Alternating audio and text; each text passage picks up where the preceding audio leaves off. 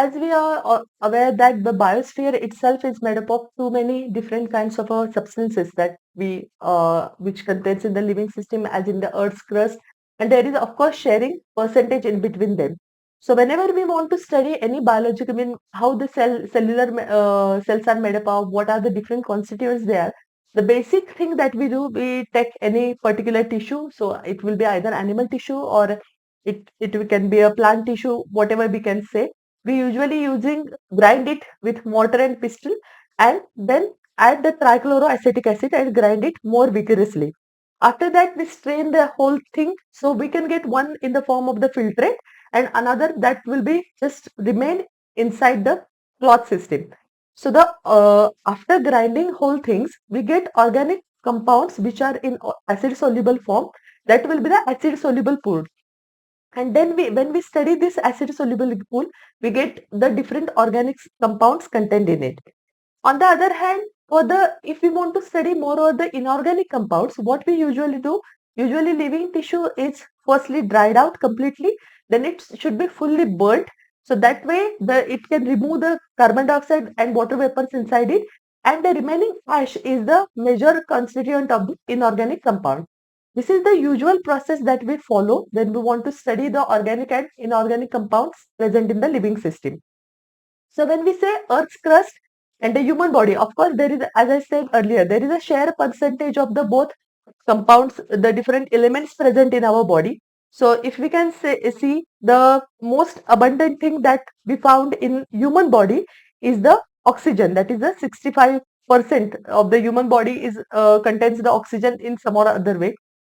Similarly, in the Earth's crust also, 46.6% is also the presence of the oxygen that we can see.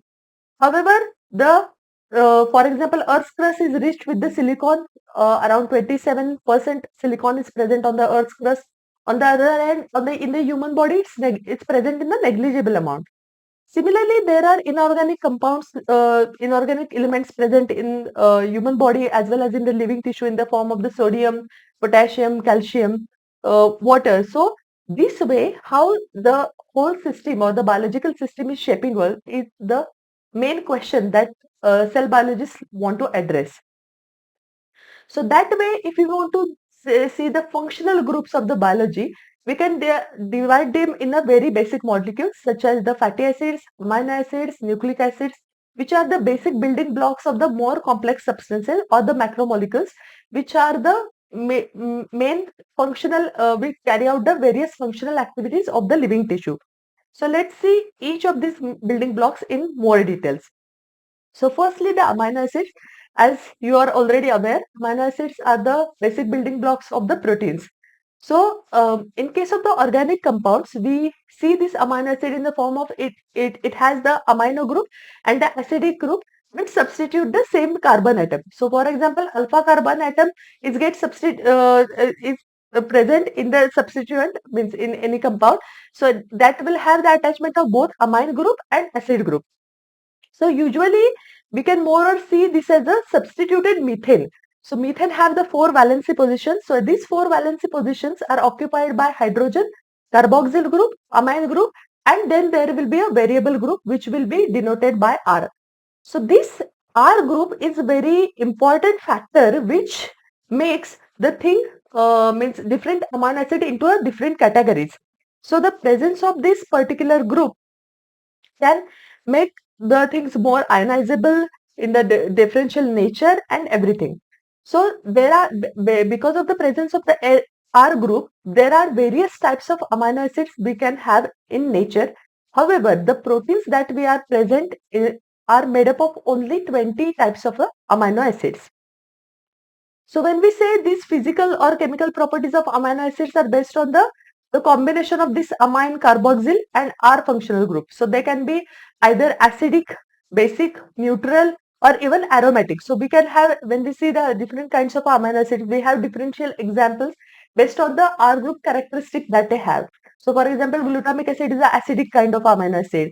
Lysine is a basic. Tryptophan, tyrosine, they have the aromatic compounds in their R group. So they are aromatic in nature.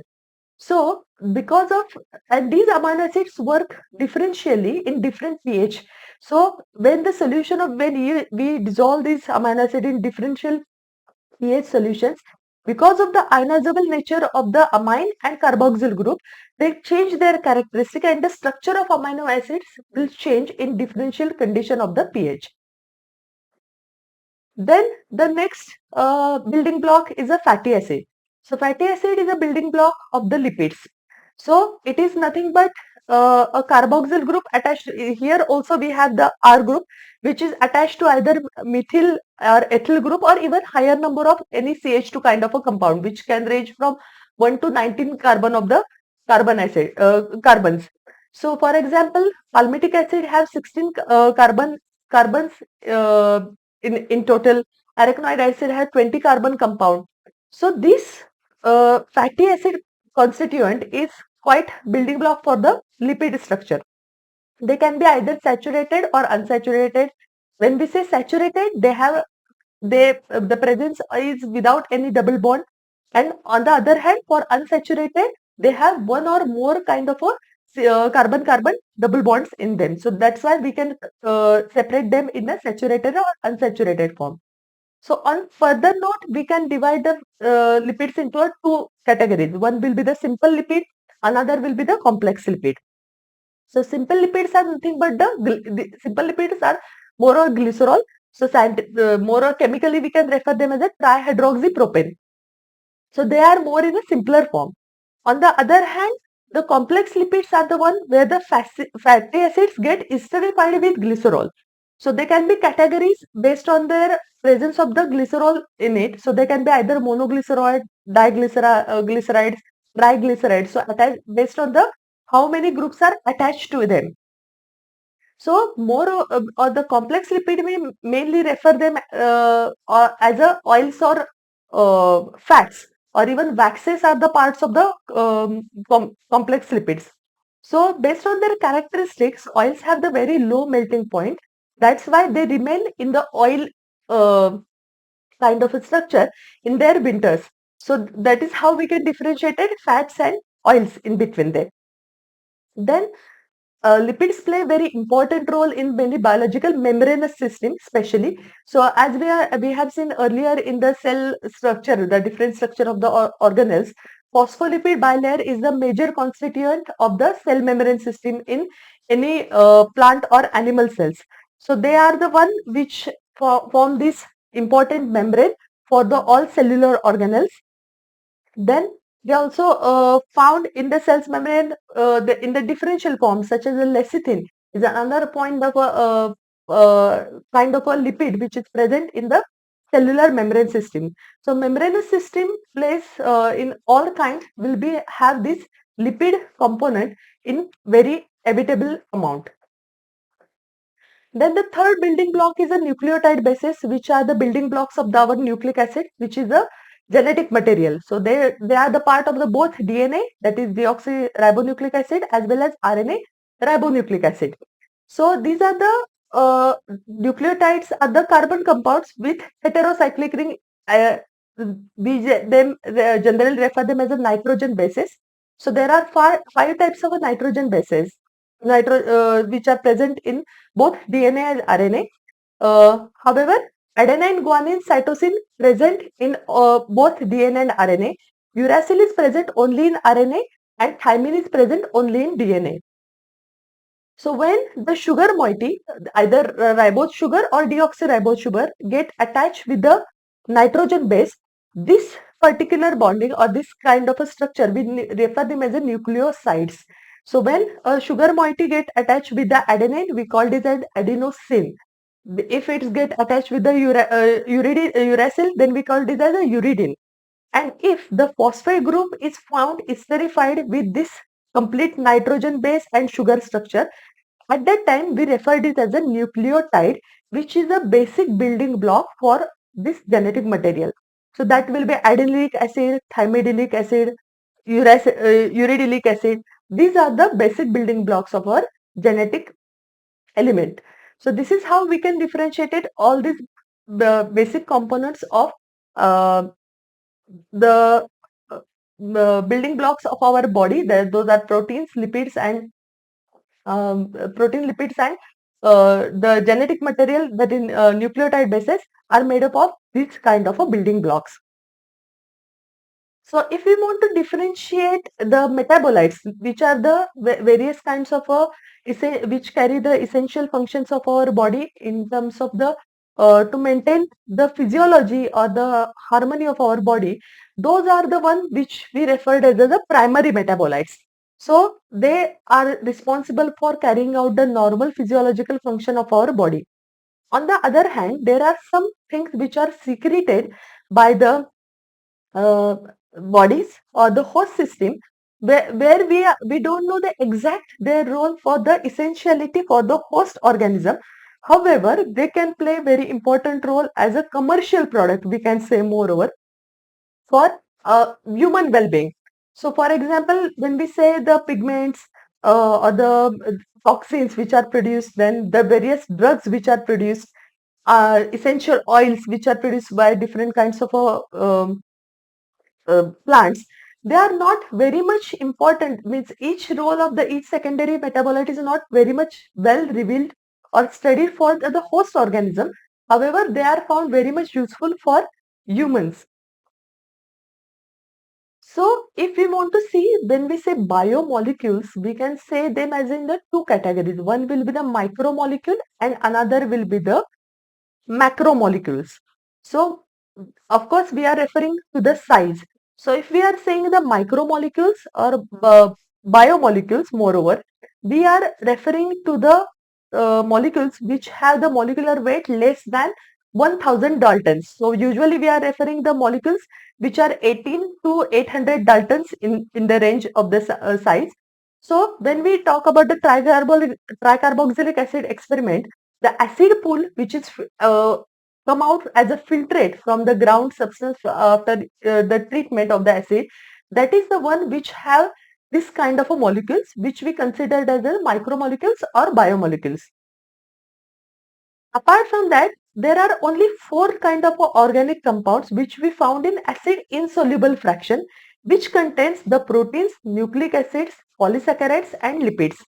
So, with the considering the exception of the lipids, the all the other molecules have the molecular weight which is ranging above 1000, means more or it will be quite higher from the 10,000 daltons and above, and these all are in polymeric in nature, which also have the exception of the lipid. Lipid is a very exceptional kind of a substance which we get in acid insoluble pool. Why? The molecular weight of the lipid is less than 800 daltons. It's not never exceeding. But why we are getting this in an insoluble fraction always? Because as we have stated earlier, this is a part of the cell membrane system or different membrane system even present in different organelles also. So when we grind this particular tissue, the cell wall get disrupted, the cell structure get disrupted, and these small membranes, because of the water insoluble nature, they form the vesicle like structure, and these vesicles are when we get when we filter the whole constituent of the tissue, these vesicles get separated in the insoluble pool along with the insoluble pool, which will have the proteins and other substances in it, and the remaining things will be filtered out. So as these vesicles get trapped in the insoluble pool of the acid insoluble pool of the matters of the macromolecules. That's why lipids are the part of the insoluble part of the acidic solution. That's why, but do remember that lipids are not macromolecules, they are micromolecules, but they come as an exceptional part in case of the macromolecule with the macromolecule team. So when we want to study the different composition of the cytoplasmic way and also the part of the whole tissue system itself. So acid soluble pool, that is the lower molecules that we found in the acid soluble content, are roughly represent the cytoplasmic composition, means cytoplasmic, whatever we content that we found in the cytoplasmic environment, those are the parts of this acid soluble pool. On the other hand, macromolecules from the cytoplasm and the organelles that we are present, those are the we can found in the acid insoluble pool. So you can easily imagine, we talk about the proteins, nucleic acids, which are also the parts of the inside the organelle system, and those are coming as a part of the macromolecules in the insoluble form. So when we want to study the total environment of the cellular system, we are studying both this acid soluble pool as well as acid insoluble pool. Is this part clear? Yes, ma'am. So let's talk about the biomolecules in detail. So when we see the average composition of the cell, what it has, so mainly cell is made up of the water, so which will constitute around 70 to 90% of the total environment. Then the next higher component of the biomolecule will be the protein, which composed about 10 to 15% of the cell mass. Then carbohydrates, which will be composing 3%. Nucleic acid is 5 to 7%.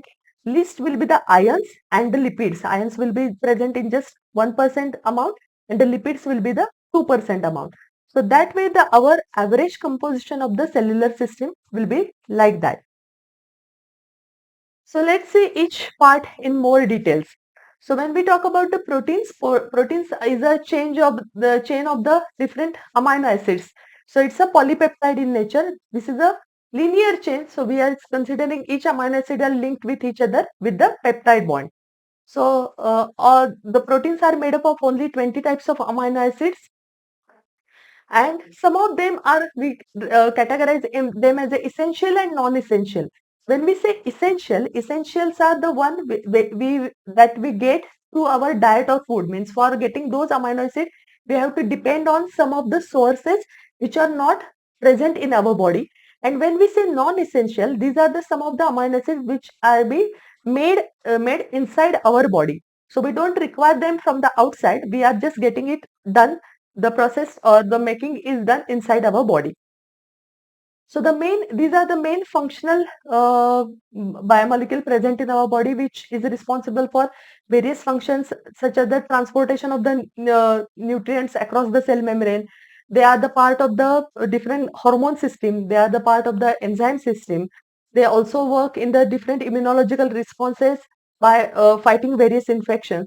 So they are the very much vital part for our body functions.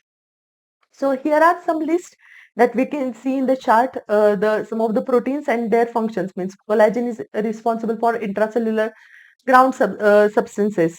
Then trypsin is a kind of enzyme which is also proteinaceous in nature. Antibodies, which are the fighter cells of our bodies, are fighter cell response for our body is a kind of a proteinaceous response. So apart from that, if we say in abundance, the collagen is the most abundant protein that we found in the animal world. On the other hand, if we talk about the biosphere, the most abundant protein that we found is a ribulose bisphosphate carboxylase oxygenase, that is UBISCO, is the most abundant one that we found in the biosphere. So then the second kind of a molecule that we would like to discuss is the polysaccharides, is nothing but the carbohydrates that we are referring to. So polysaccharides are the long chains of the sugars.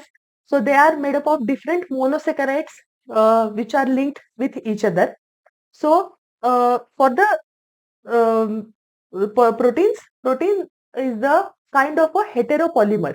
That means you never found a protein in nature which is a homopolymer, that is a similar kind of a amino acid is just linked in a one chain.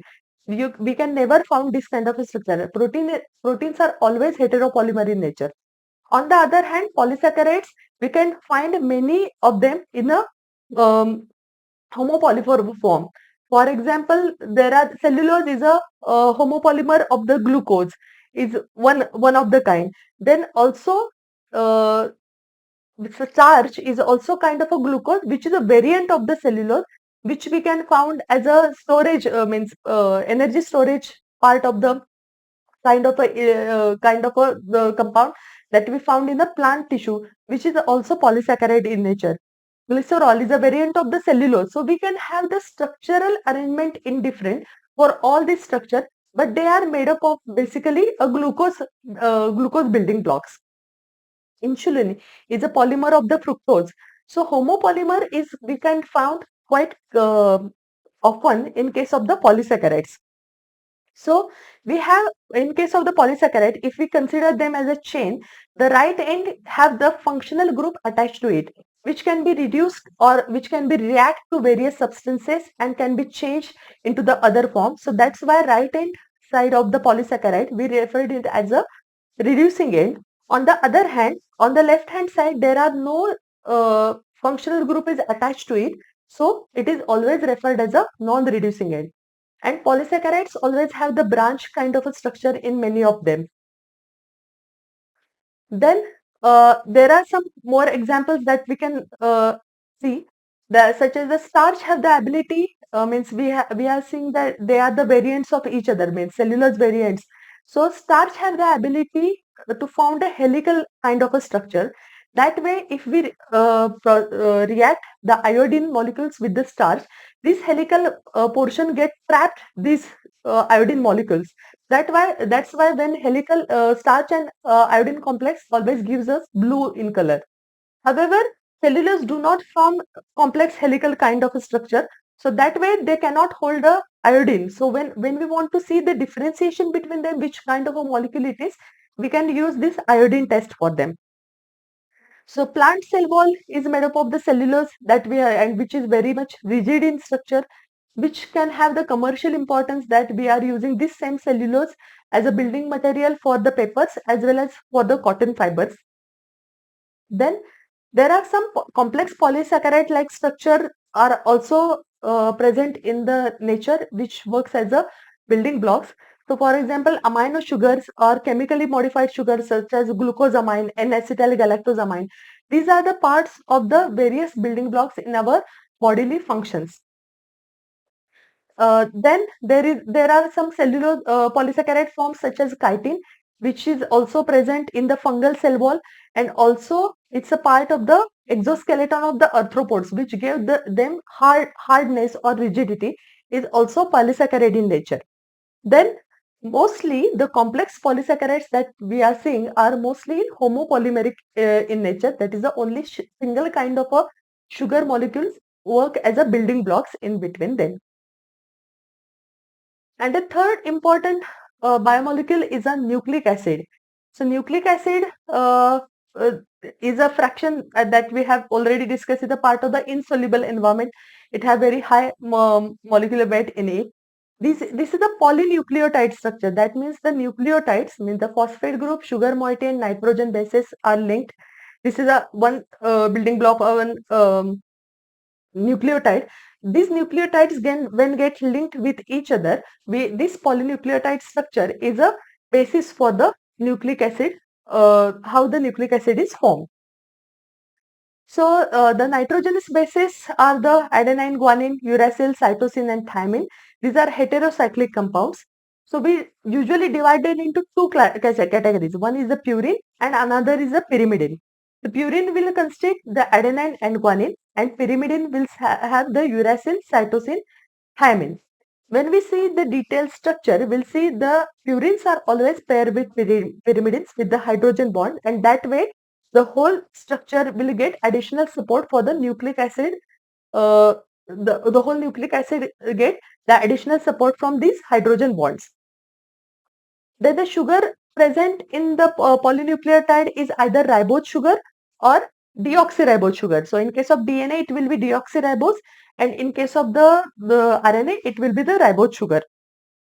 These two are the basic forms of the nucleic acids. So when we see, now we have discussed what they are made up of, what is the structural differentiation between these biomolecules. So if we see in detail, the structure of the proteins is nothing but it's a peptide bond is formed between the amino acid.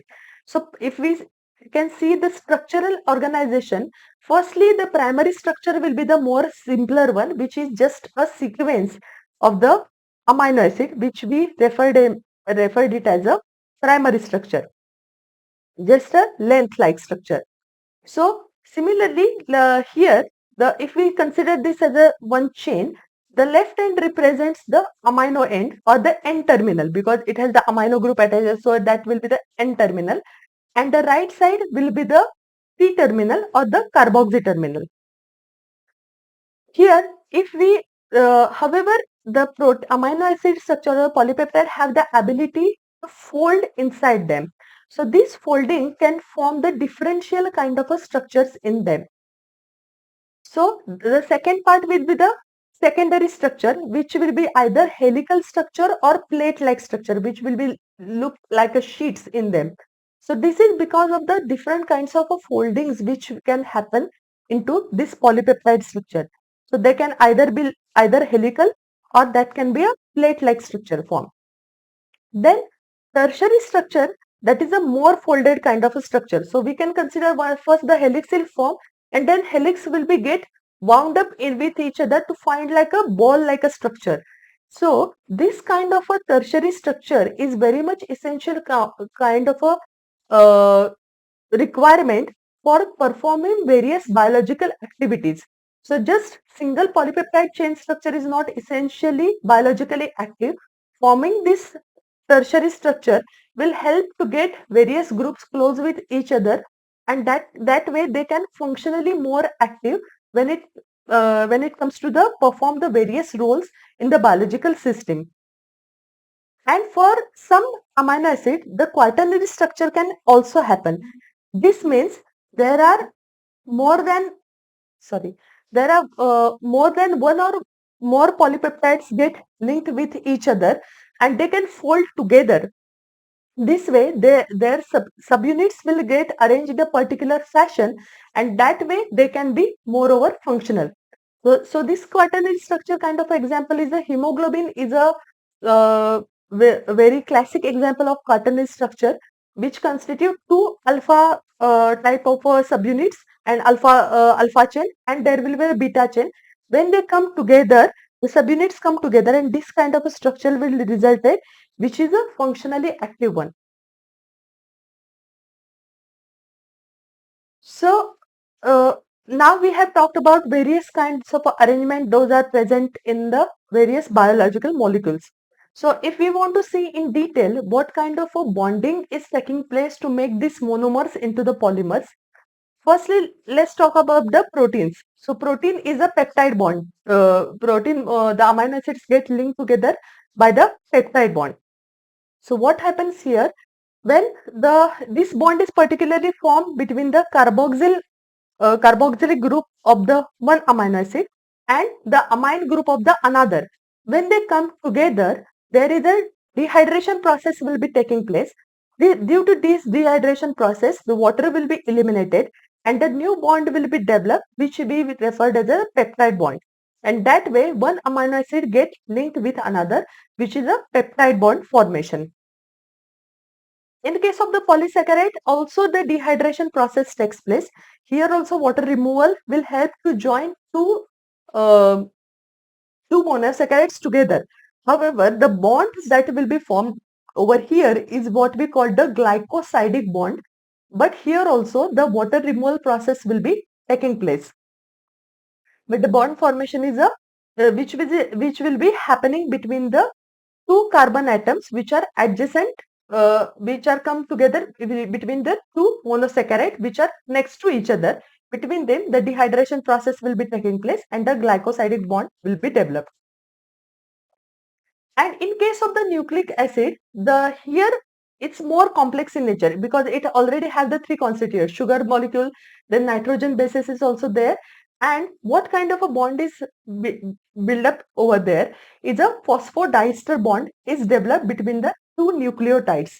So what happened here? The phosphate group of the three dash carbon of one sugar molecule of one nucleotide get linked with the 5 dash carbon of the another nucleotide, and the phosphate and hydroxyl group of this sugar get bond with the esterified bond is formed between them, which will be lead to the formation of phosphodiester bond. That way these nucleotides get linked with each other with phosphodiester bond.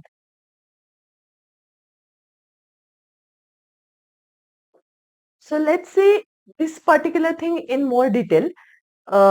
When we talk about the secondary structure of nucleic acid, that is the nucleic acid structure in more detail, if you want to discuss about this particular part, we must consider there are various forms of the DNA and various structures has been proposed for that. But one of the main accepted and the functional one is what we call the structure is proposed by Watson and Crick model, which is a very much double helical structure which is widely accepted. So when we say double helical structure, these are the two strands of the polynucleotides which are antiparallel in nature. So antiparallel is based on their polarity. So one thread or one strand will be 3 prime to 5 prime and another will be 5 prime to 3 prime. And that's why they are antiparallel in nature and they run in opposite direction with each other. So the backbone is mainly made up of the sugar molecule and nitrogen bases, which are the bond together. So sugar phosphate chain is what is formed as a backbone. So we can see structurally here will be the sugar moieties and the nitrogen bases will be present. And the nitrogen bases will be facing inwards, means they are present inside it in the backbone structure. So here the ATGC combinations we can see. So purines are always paired with pyrimidines and like so. So A will be always paired with T and G will be always paired with C. So and in case of the RNA, A is always paired with U. So uracil, these all abbreviations we are using for adenine, guanine, thymidine, cytidine and uracil. So that way this additionally gives the hydrogen bond structure in between them. So when A is paired with T, it forms the double hydrogen bond and when G is paired with C, it will form the three hydrogen bonds in between them. This will give the additional stability to whole DNA structure in it. So this is more or if we see this double helical structure, we can easily see them as a staircases. So each step will be represented by the bond that is formed between purines and pyrimidines. So these are the represented as a structure. So each helix is ascended as a 36 degrees turn. So each will be like this kind of a turn. And the pitch is nothing but the length between the base pairs. So usually in one pitch we have the around 10 base pairs which have the length of the 34 angstrom. So each the distance between the each nucleotide base pair or the each nuclear nitrogen base means distance between this A and then there will be the T. This will be 3.4 angstrom. So for each step there will be the distance of the 3.4 angstrom units in them. This way, the whole helical structure will be formed. If you want to see in more visualized form, let's see in detail in this particular diagram. So here, by structure, the sugar phosphate backbone will be working this as a strand.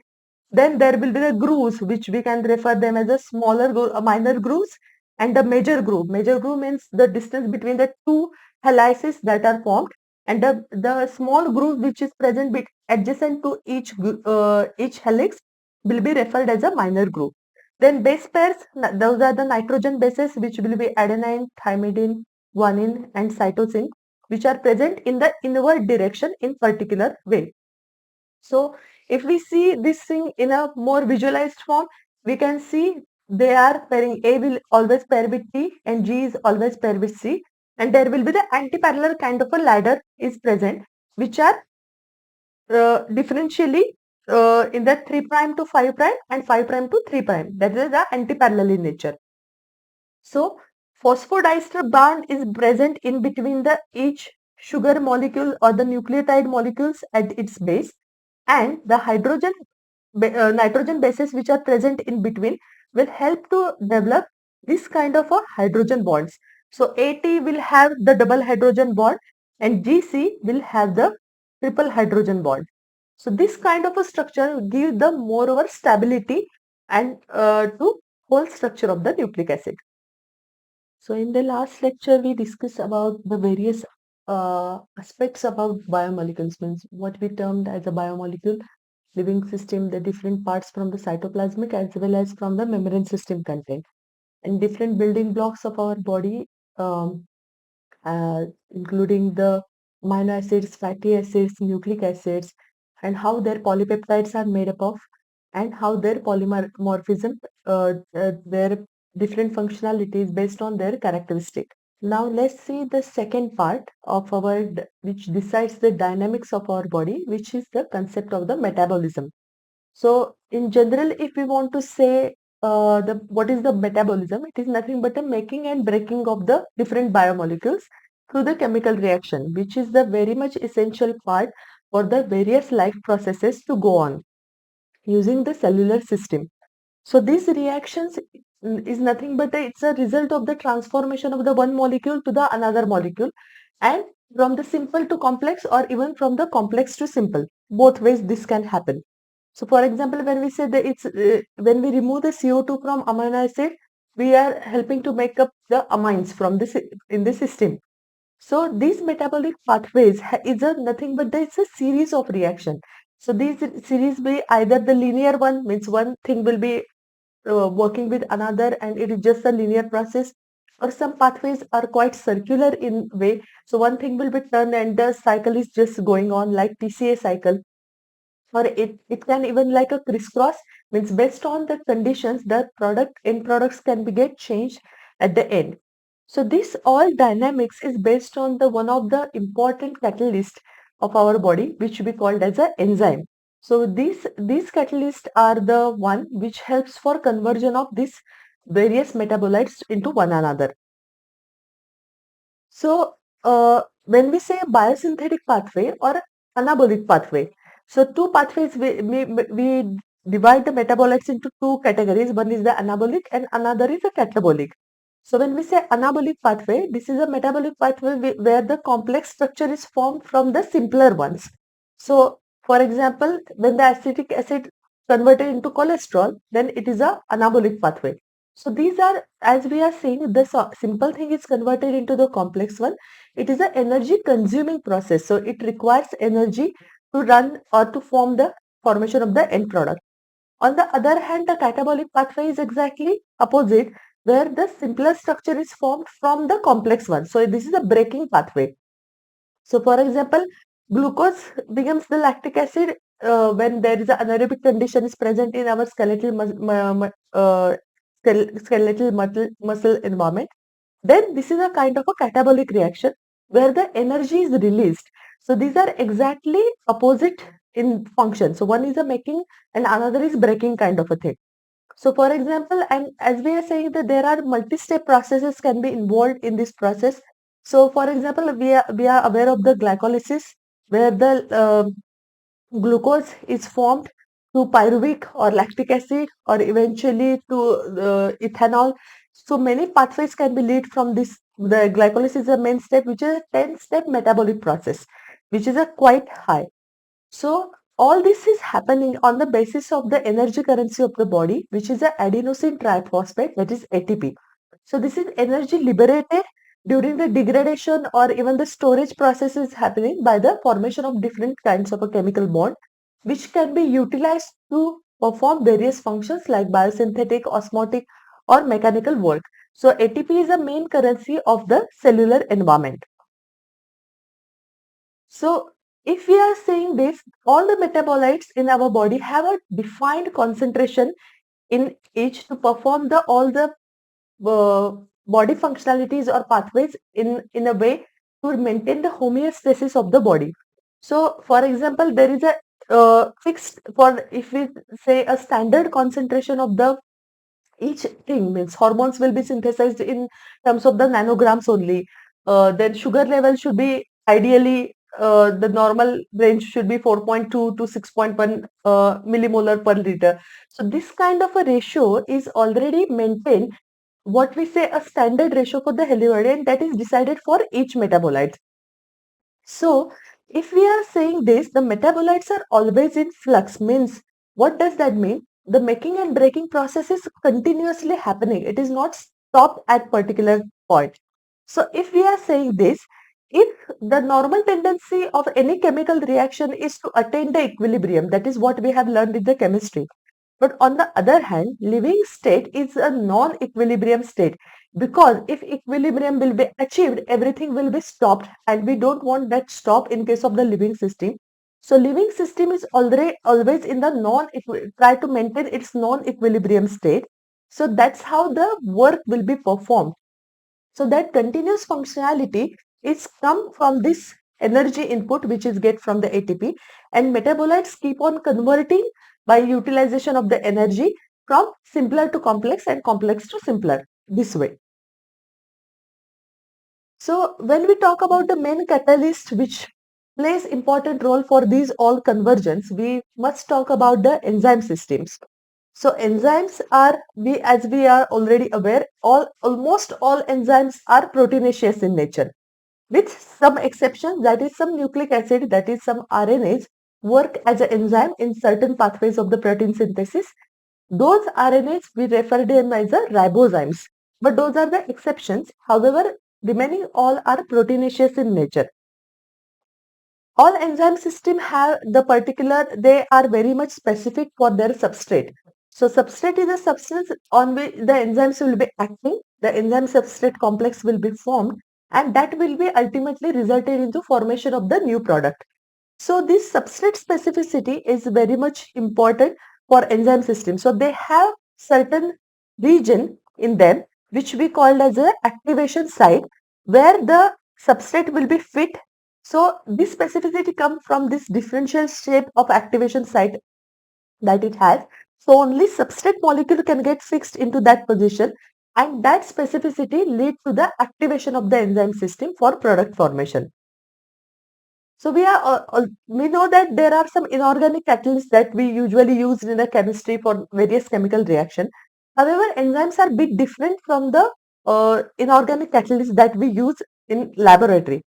So inorganic catalysts usually work more efficiently at higher temperatures. However, because of the proteinaceous nature of the enzymes, all the enzymes are usually quite sensitive for the higher temperatures. So they get easily damaged by temperature above 40 degrees Celsius. With, of course, some exception, there are thermophilic organisms which the bacterial system which are present in the hot vents or sulfur spring where the temperature is above 100 degrees Celsius. In such extreme environment, these thermophilic organisms can survive very easily because their enzyme system is quite stable and retain its functionality very powerfully. So such enzyme system are perform their function well at higher temperatures, means above 80 to 90 degrees Celsius even. So that virtue we use in our PCR when we use the Taq polymerase enzyme, because in the PCR reaction when we do it at the molecular, when we want to make the many copies of the gene of our interest, we use this particular process, and we use this enzyme Taq polymerase which is extracted from the Thermus aquaticus bacteria, which is very much stable at that particular temperature. So that virtue we use for our own biological advancement. Then using this particular process, there are usually the any chemical compound can be go under two kinds of a changes. One is a physical change and another is chemical change. So when we say physical change, it is change in the state of the matter, means that changes the state of the matter. So for example, ice melts into the water form, that is a physical change that can happen. Or even water changes to vapor, that is also a physical state. So here bond between the molecules won't get break. So this is a physical process. On the other hand, when we say chemical change, we are talking about making and breaking of the bonds, and this transformation we comes under the class of the chemical changes. For example, in case of the hydrolysis of the starch to the glucose, there are breaking of the bonds and that can make more simpler one. So that is the chemical change that happen. So rate of the physical or chemical change process which is happening per unit of the time is this is how we define the rate of any reaction. So rate will be delta P divided by delta T. So the product formed per unit of the time defines the rate of particular reaction.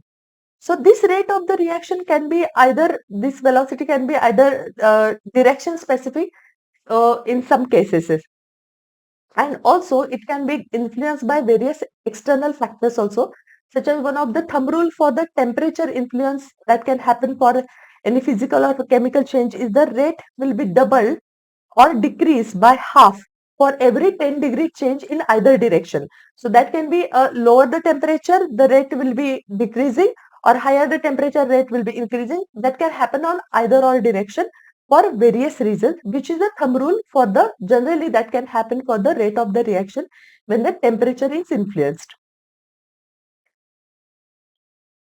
So now we will see various characteristic of the catalytic reaction that can happen, means why enzyme systems are much more important, uh, because they can influence the rate of reaction at very higher rate. So here is one classic example that we are discussing. When carbon dioxide is in the cytoplasmic environment, when the carbon dioxide react with water, it can form the carbonic acid.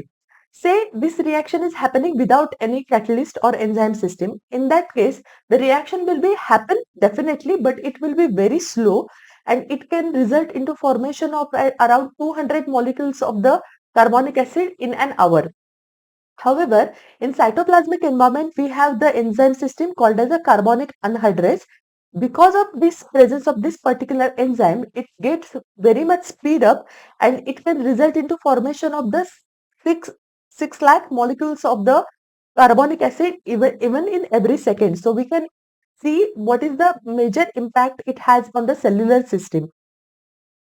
So this kind of a changes can involve the single enzyme or can even happen by the multiple or the cascade of enzymes that we can say. So for example, if we have learned about the glycolysis, so glycolysis is the process where the 10 steps are involved and each step is governed by different kinds of a enzyme system. So either same enzyme will govern different steps or even the different enzyme govern the total process of the metabolic pathway itself. Even in the glycolysis, the end product is a pyruvic acid. Based on the environment that is provided or the conditions which will be happening in different organisms, the end product can be shifted into the other metabolic products. So variety of products can be produced by providing specific environment. Means under normal condition, the pyruvic acid will be produced, which will be utilized for the further energy production processes. Under anaerobic condition, if that is happen in case of the skeletal muscle, if it don't get the enough of the air or the oxygen content, the pyruvic acid will be converted into lactic acid. And on the other hand, during the fermentation process, in case of the yeast cells, the pyruvic acid will be converted into ethanol, which we will be using on the commercial basis, and it is a good biotechnology end product that we use for the many processes. So biological systems have all these governing processes based on the enzyme system available. So how this exact conversion will be governed by the enzyme? So two things will be important for all these processes. One is a substrate where the chemical on which the conversion process will be happening and which will be resulted into formation of the new product. And our enzyme system will be there, which have this activation site, which is specific for our particular substrate. So firstly, the enzyme and the substrate, when they come in contact with each other, the activation site will be get activated by the particular arrangement or particular attachment. This will lead to the transitional phenomenon that we call the enzyme substrate complex. However, enzyme substrate complex is very spontaneous thing and that won't last for very long. It is immediately converted because the activation process will be happening, which results into the making and breaking of the new bonds that can happen, and it will be immediately converted into the process of the product formation. So this structural change will transform substrate into the particular product or products in case of the many kinds of things that can present in the system. So if the product level is lower than the substrate level, that means energy is releasing from total during the total process. So that is what we call the exothermic process. So energy is releasing from that particular part. However, though it is either energy consuming process, energy or the neutral process where nothing is happening, or exothermic process, activation energy is must. So activation energy is the difference in the average energy content from the substrate for its transition state, that is we call the activation energy. So in the diagram we can see here are two axes. So if we say y-axis represent the potential energy and the progress of the reaction we will be putting on the x-axis. So if the substrate is there, in presence of the enzyme system, the transition state will be anyhow happening. So transitional state will be happening in this particular case when the enzyme, and which will be much more higher because of the presence of the enzyme system in it, and that will lead to formation of the product at end. On the other hand, if the activation energy is if so, I'm sorry, if the substrate is without any enzyme system, it requires much more energy to get used, convert that particular conversion, and ultimately product formation. And if the enzyme system is present, that means it can lower the activation energy, it can catalyze the process and easily convert it into the product formation. So main purpose of the enzyme system to lower the activation energy required for the product formation from the substrate. So this brings down the total energy barrier between substrate and product formation. Is this part clear? Yes, ma'am. Yes, ma'am. So, if we see in a stepwise manner how this change is happening, so this kind of a reaction, that E will be represented by enzyme, S will be represented by substrate. So, firstly, the enzyme substrate complex will be formed by when the activation site of an enzyme is attached with the substrate specific region. This uh, this is a short-lived process or short-lived state, that is enzyme substrate complex. Then this will ultimately leads to formation of the new chemical bond by breaking the earlier bond, and it will form the new complex, that is the enzyme product complex, and ultimately it release the product, and the enzyme system will be, enzyme molecules will be new, free enzyme molecules will be there, which can ready to bind the new substrate molecules and again run the process to form the more and more products. So there are various factors which govern the activity of the enzyme. So as we seen earlier also, the temperature and pH are the two main factors which play important role for the various activities of the enzymes. And so usually enzymes have the very narrow range of the pH and temperature. That means they work at their best at their specific temperature range only. So that means the each enzyme show the highest activity at a particular temperature, and also similarly like pH. So if we lower the temperature, that can make the enzyme temporarily inactivated, and if give the optimum temperature, the system can be revamped. On the other hand, if the higher temperature will be there, the protein structure of the enzyme itself get destroyed, and that means the denaturation will be happening and enzyme system won't be working functionally hence further. So temperature is one of the main factors that can affect the enzyme system. Then another important factor is the concentration of the substrate. That can also play important role for the enzymatic activity to perform at its best. So if the substrate concentration is keep on increasing, the firstly the velocity of the enzymatic reaction will be increases to a certain point. However, once the saturation will be happen, which will be happening at maximum velocity, that is a Vmax.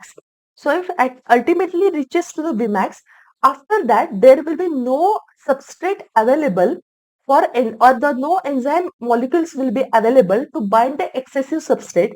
That means the reaction won't go further after that. So that is how the saturation point can be achieved for the particular reaction. So when the binding of the chemical will be shut off, the chemical activity itself, then the process, the any substance which involves the shut down the enzyme activity, we call them as a inhibitors, and the process itself will referred as a inhibition. So that can happen by various ways. So for example, one is the process where the if the substrate have the particular structure which is specific for the enzyme. So there are some substrates which resemble with the substrate constituents and its arrangement. So at that time, they try to compete with the enzyme molecules to bind to them only. So at that time, there are less substrate available for enzyme to act on, and this way the competitive inhibitors work. So that kind of a system is very much useful for us to control the bacterial pathogens. We provide the enzymatic system for them to the similar kind of a substrate which can act by this way, and that way the conversion of the pathogenic components or virulence gene expression can be inhibited. So this is one of the advantage that we use for our own sake. So, for example, if we say the inhibition of succinate dehydrogen can happen by the malonate, which have the resemblance with the original substrate, we call the succinate. So, the structural similarity will confuse the enzyme molecules to bind to them, and because of this, the competition can happen between the original substrate and substrate-like molecules. So, this is competitive inhibition. One more type of inhibition can happen, that is what we call the feedback inhibition, where the product itself get attached with the enzyme molecule, and that way it is not available for the substrate molecules to work on for the further way. So that is what we call the feedback inhibition. So based on their nature of work, we can divide the enzyme system into various classes, and their nomenclature is based on that. So 6 classes are there: oxidoreductases, transferases, hydrolases, lyases, and isomerases and ligases. So when we say a particular enzyme belong to particular category, their functionality keep intact. So based on that, we divide this particular classification. So when we say oxidoreductases or dehydrogenases, the name itself is associated with the reduction and oxidation process. So enzyme system which catalyzes oxidation and reduction between two substrate molecules. So if one substrate is reduced and another is oxidized, the enzyme oxidoreductase system help for conversion of the first substrate into oxidized form and second substrate into the reduction form. So the exchange of the role and the exchange of the end products can happen. Then second class is transferases. So transferases, the enzyme catalyzes the transfer of a particular group which is other than hydrogen. So here the group name will be represented by G. So that can be any group other than hydrogen. So here it can happen exchange between pair of the substrate. So if we say this in a equational manner, if Hg is a particular group attached, G group it attached with one substrate, and another substrate is present over there as S dash. Due to transferase, the group will be transferred to the another substrate. So new product will be formed S dash G, and another substrate will be happening without that particular group. Third class will be the hydrolases. So here enzyme catalyzes the hydrolysis of the different kinds of bonds, which includes the ester bond, peptide bond, glycosidic bond, CC bond, then C halide bond, PN bond. This kind of bonds get hydrolyzed by the presence of these hydrolysis classes of the enzymes.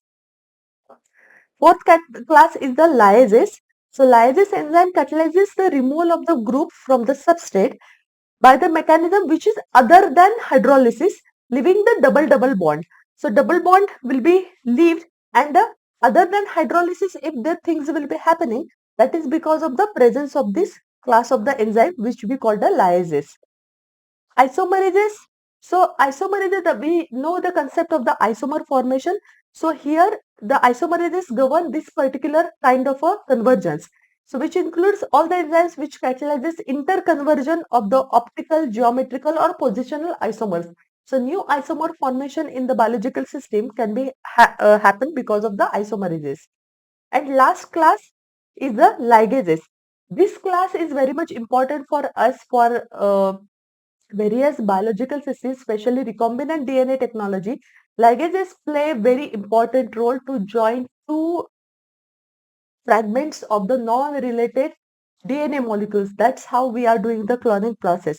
So here the ligases kind of a enzymes system will help for catalyzing or linking two compounds together. So that can help for the joining of the CO bond or development of the CS bond, CN bond, PO bond.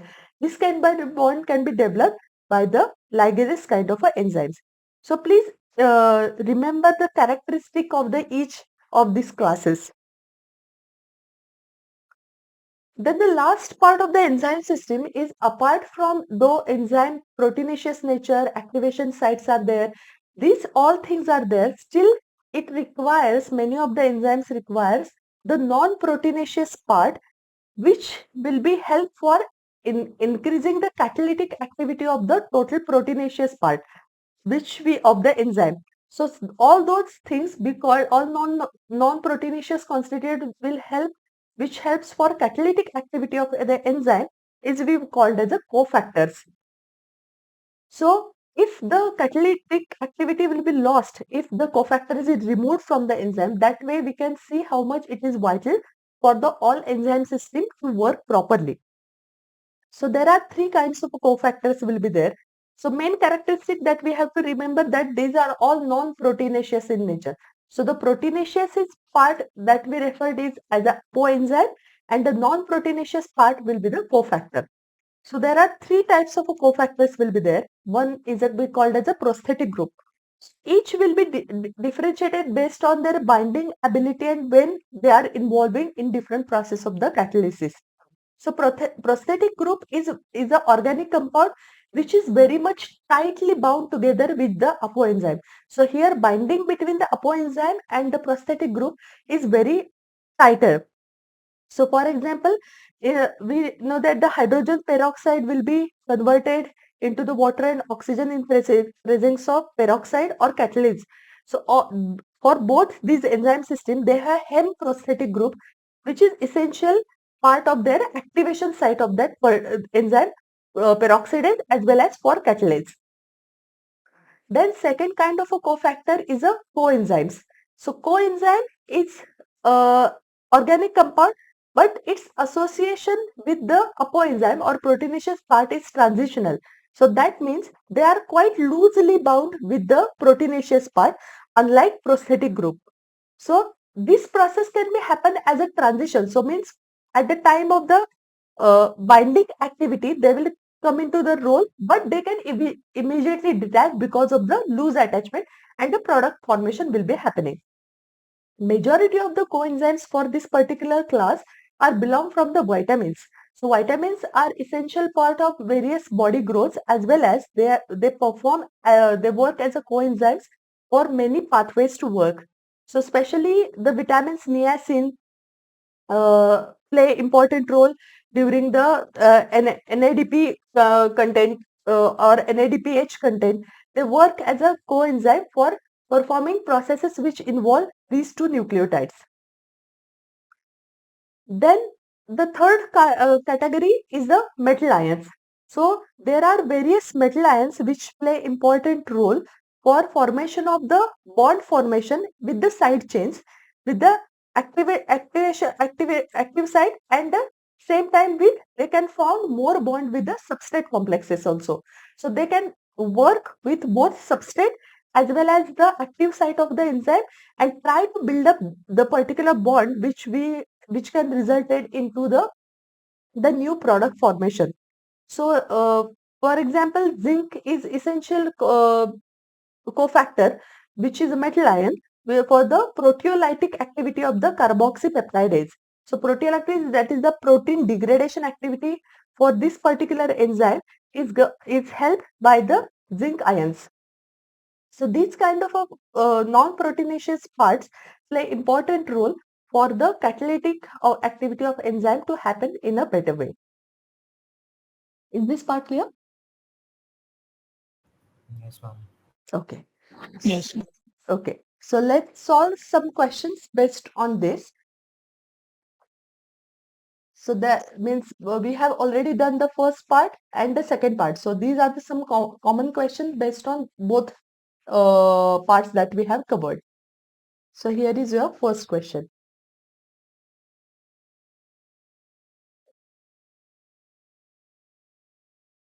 Option B. Yes, option B is the correct one. The ribozymes are non-proteinaceous enzymes. Next.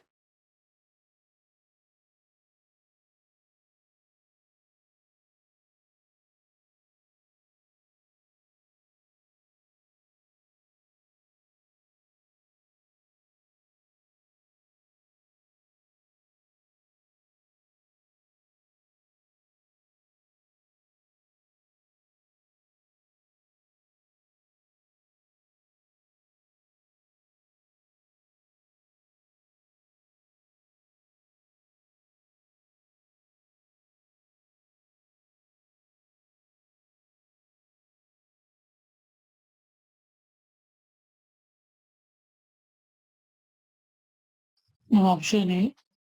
Option A. Okay. Uh, Danish, what will be your option? Ma'am, I think one molecule of one glycerol, and Hmm. about the fatty acids, I'm not sure. Okay, okay. So typical fat molecules have one molecule of glycerol, that is correct, and three fatty acid molecules. That is how the typical fat molecules will be there. Otherwise, they can be branched and they can be either triglyceride, monoglyceride, like so. But we are talking about specially for the fat molecule. So it contains one glycerol and three fatty acid molecule. So option D is the correct one. Next.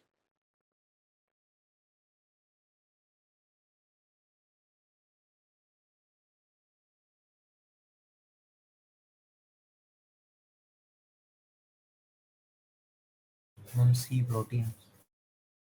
C protein. Okay, great. Yes, ma'am. Okay, so the C. question is the essential chemical component of many coenzymes. So we are talking about coenzymes, means we just discuss about this. The coenzymes are non-proteinaceous in nature. That is the main characteristic it has, right?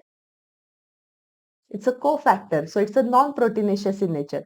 So I have just explained that many vitamins play important role as a coenzymes. So it's a vitamin, it's not protein. Coenzyme is a part of the cofactor which is non-proteinaceous in nature. Okay. So the Oh, essential component of many coenzymes, we are talking about coenzymes, right? oh, So Yes, ma'am. Got it. yeah. So it's option B, that is vitamin. Next.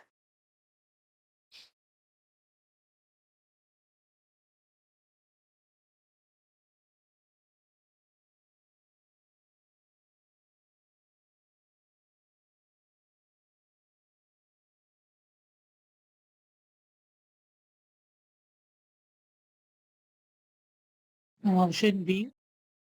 Option B, Danish. yes, ma'am. Same. Yes, that is correct.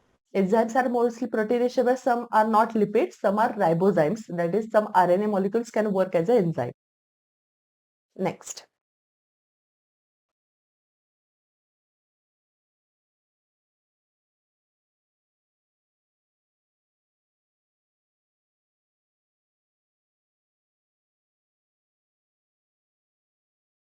Ma'am, A. A. Okay. Shrey.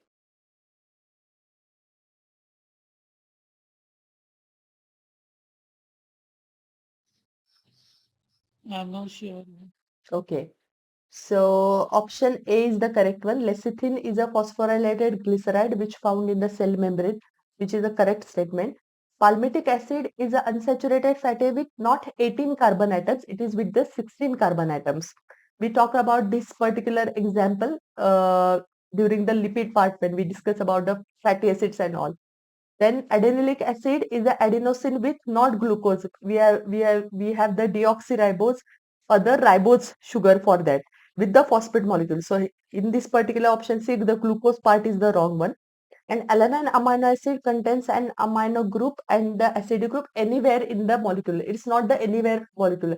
They are usually get attached with on the same carbon, that is the alpha carbon that is present. with the where the one end is attached with the carboxylic and another will be the amine. So it's not happening anywhere. It is very specific. So option A is the correct one. Next.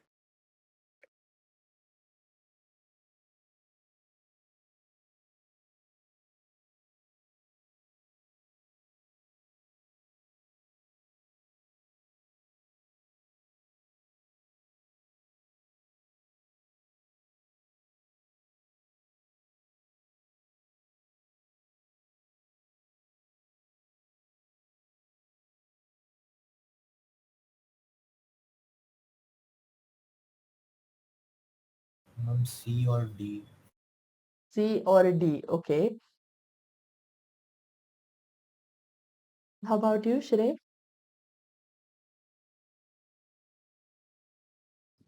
Option D. Option D. Okay. So, firstly, one thing that we can remember, the detergent is the basis, right? The characteristic, if you want to acid base neutral part, it's a soap, right? So, soap is a basic in nature. So, one thing that you can easily choose from such observes that we want to see something with the basis. So, alkali fills is the one that we use in the modern detergent for the preparation of various enzymes, which can easily degrade the proteinaceous stains. So, but more than if though you don't know the information, at least we are aware the detergents are the soapy in nature and they are bases, so we can easily shortlist the alkalophils. Next.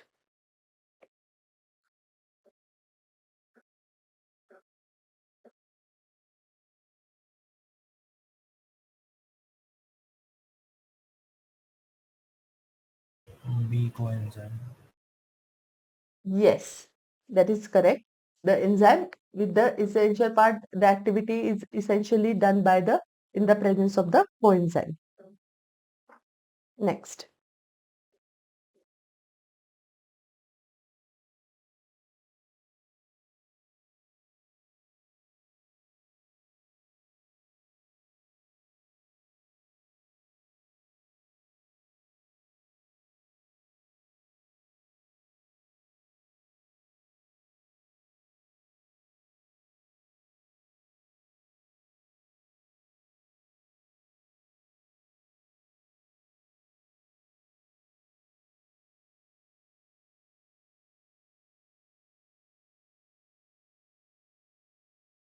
Not sure, ma'am. We have just discussed this. And option A. Option A, substrate. Okay. So, that is, we are talking about the feedback inhibition, right? So, feedback inhibition happen when the end product get attached with the enzyme system, and that way the conversion won't be happening. That is what we call the feedback inhibition. This is happening. One is we discuss about the competitive inhibitors, right? Where the enzymes molecule, the similar kind of a substrates will be there. That way the competition will be there. It is a competitive inhibitor. In the feedback inhibition, the end product itself get attached with the enzymatic process that involves. This is happening apart from the activation side. There is one more side is present in enzyme, that is what we call the allosteric side. So it have the ability to change in shape. So that way, sometimes what happen in the feedback inhibition, the end product which is formed by the normal reaction, catalytic reaction, itself get attached to this allosteric site, changes its constitution and make enzyme molecules unavailable to do further processes. That is what we call the feedback inhibition. So option C is the correct one. Ma'am, Next. feedback inhibition is same as non-competitive inhibition. Non-competitive, more than competition, of course this can happen because the end product is attached to it. So, but we can say the competitive inhibition where happen when the two similar kinds of a structural substrates will be available. At that time, this the competition will be there for getting attached to the enzymatic site. Right. So it's a competition happen between the two different kinds of two similar kinds of a substrate, moreover. That way we call it as a competition. But in case of the feedback, here there more than competition, the product itself get attached with the enzyme system. So that way it is not available for conversion of more substrate molecules. That's why we call it as a feedback inhibition. So here more than a competition is not the case what happened in case of the feedback. Okay. Okay. Next.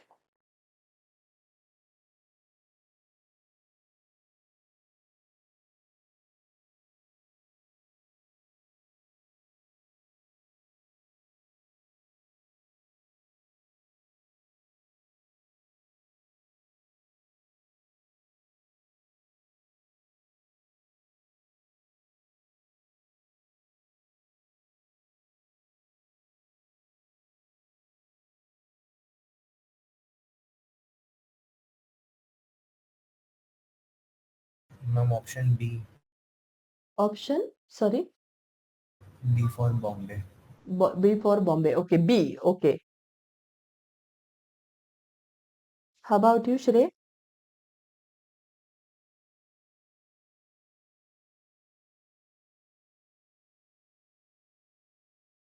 Option A. Option A.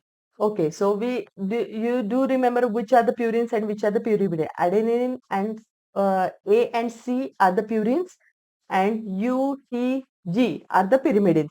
So we want the wherever the four pyrimidines bases are there. So let's say firstly option A, there will be G, T, then T and G. So four are there. In case of the option B, G, U and G. So only three pyrimidine bases we can see over here. In this C case, 1, 2, 3, 4, 5. So we want option sequence with only four pyrimidine bases. That is option A. Next. Got it.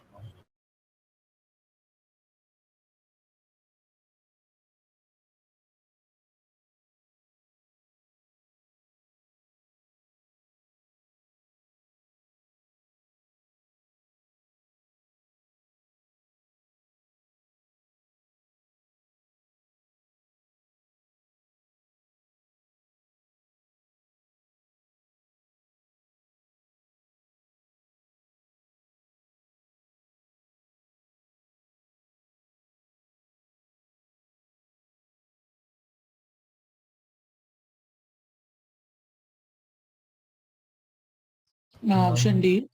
Option yes. D. Yes, option D is the correct one because we want to see the in the total segment. So it's always in a pair form. Purine will form pair with the pyrimidine. So A will form pair with T. So and the equal number will be there and C will be pair with G. So if 120 adenine will be there, then 120 thymidine will be there, thymidine will be there, and 120 guanosines will be there. So in total, 480 nucleotides will be present in that particular segment.